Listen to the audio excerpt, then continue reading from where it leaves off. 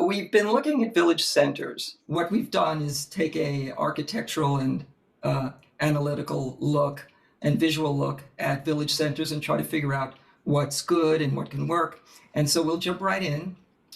So let's look at some that are near us. Wellesley Center. And it's a visual walkthrough. What do we find attractive? What we find is one-story buildings predominantly, and we do find some two-story. What's interesting, if you could see my cursor, is also the buildings have character and not just have a particular height, but a particular length that break up the streetscape. If you consider Brooklyn, it would be the fourth largest city in the country. This is a very big intersection in Brooklyn, Kings Highway. And what do we have? Two-story buildings. And it works. It worked then, it works now for both proprietors, real estate owners, and the community. And what's interesting is they activate not just the first floor, but second floor you could see is also activated as retail, sometimes as office. And of course, there are places that it is residential, but they're able to have a sense of scale, human scale. Waltham, a very, very active village center, a big draw, lots of restaurants. It's like Restaurant Row, and they also have other retail. And you can see predominantly one-story buildings and very effective and very inviting. We look at the other end of Waltham. There are two-story buildings. And yes, look beyond, we do find an area of 4 stories.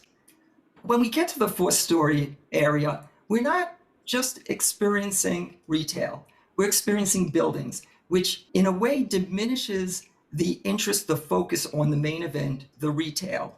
Fortunately, it's kept within this area, but it is a totally different feel than the rest of the street. And then we go a little further, Cronin's Landing, also at the end of Moody Street. Perhaps the intent is retail, but it is not as inviting. It is not as active along here as it is on the other part of Moody Street. What we also experience is the length of the building, as we looked at in Wellesley, compartmentalizing the street. Having individual character along the streetscape is incredibly important. So now let's look at Newton. Waban, not just one story, but they also have character where the buildings are compartmentalized, different lengths of the building along the streetscape. There's a variety of look and feel along the village center. We look at Newton Highlands. Here, they're a little taller. You see further down, it gets a little more congested.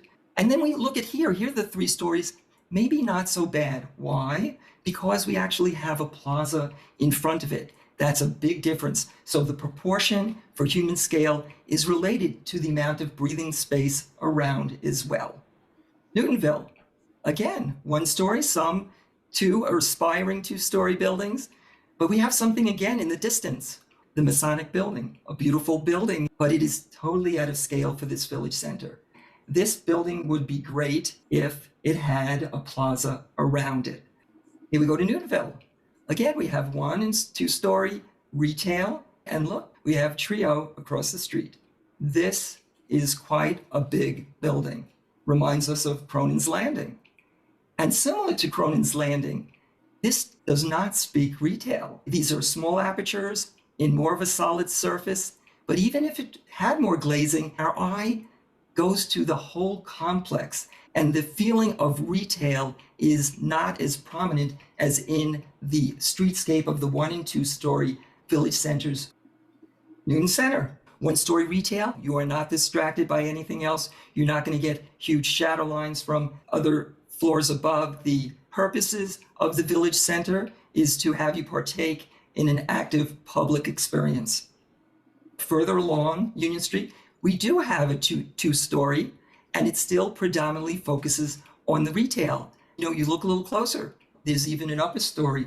They were wise enough to tuck it back under a roof. Let's look at Framingham.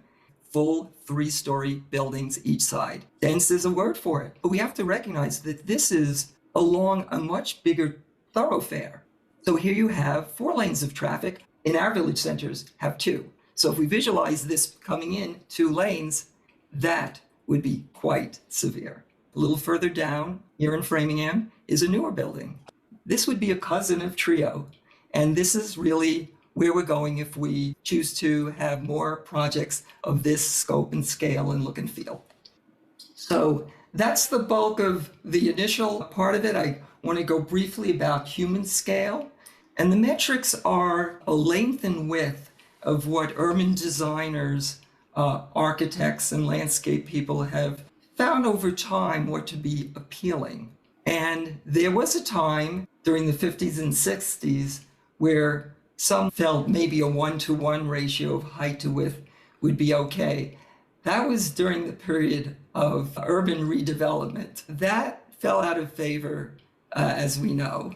And now, currently, most designers lean towards a 1-to-2 or 1-to-3, and even as much as a 1-to-6 ratio. The desire is more space as opposed to higher density. We move on to the examples. Newtonville, 62 feet wide. Our ratio of our 1- and 2-story buildings are 1-to-4 or 1-to-2.5. So 2-story buildings fit in quite well under that metric.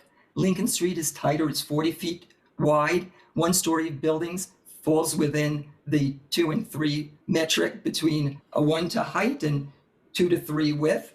And 2 stories just about fits there. 3 stories would be closer to a much tighter metric. But we recognize if we have more breathing room, that is possible in a plaza area. The concept of the slab building comes from Le Corbusier's concepts for his plan for Paris for a city of 3 million. This whole concept of the high density, high rises and slab buildings in a park has been debunked. We know that there have been high rises that have been demolished because the paradigm is not conducive for human scale and human habitation. Here on the right, I was surprised to see is a proposal for Suffolk Downs. Look at these pieces. These horseshoe pieces are not very different from the slab buildings that Le Corbusier was proposing to actually level Paris, all its traditional buildings, and to build this. So let's take a look at what's going on in Metro Boston. On the left, we see the Dunstan East Project, Washington Street, and Dunstan Street. And what do we see? Multi-unit, slab, apartment buildings. This is so incongruous. This is not contextual to our community and the residential neighborhood that abuts it. On the right-hand side is the proposal for Suffolk Downs. This is a huge project. This project is over 10,000 apartment units. In the aerial view, you could see this is the true New England texture. The New England texture that's comprised of single-family homes, 2-family homes. This is New England. This is something foreign. This is based on the Corbusian model. These are slab buildings, multi-unit, multi-level, elevator-based, double-loaded corridor. They do not lend themselves to the texture of the communities that have been here for a long time. And so here we have some 3-dimensional views of the 2 projects we're discussing, Suffolk Downs on the left, Dunstan East on the right. These projects speak metropolis. And it's our choice to say, do we want more, or do we have a modesty of really building human scale as places like Del Rey chose to do?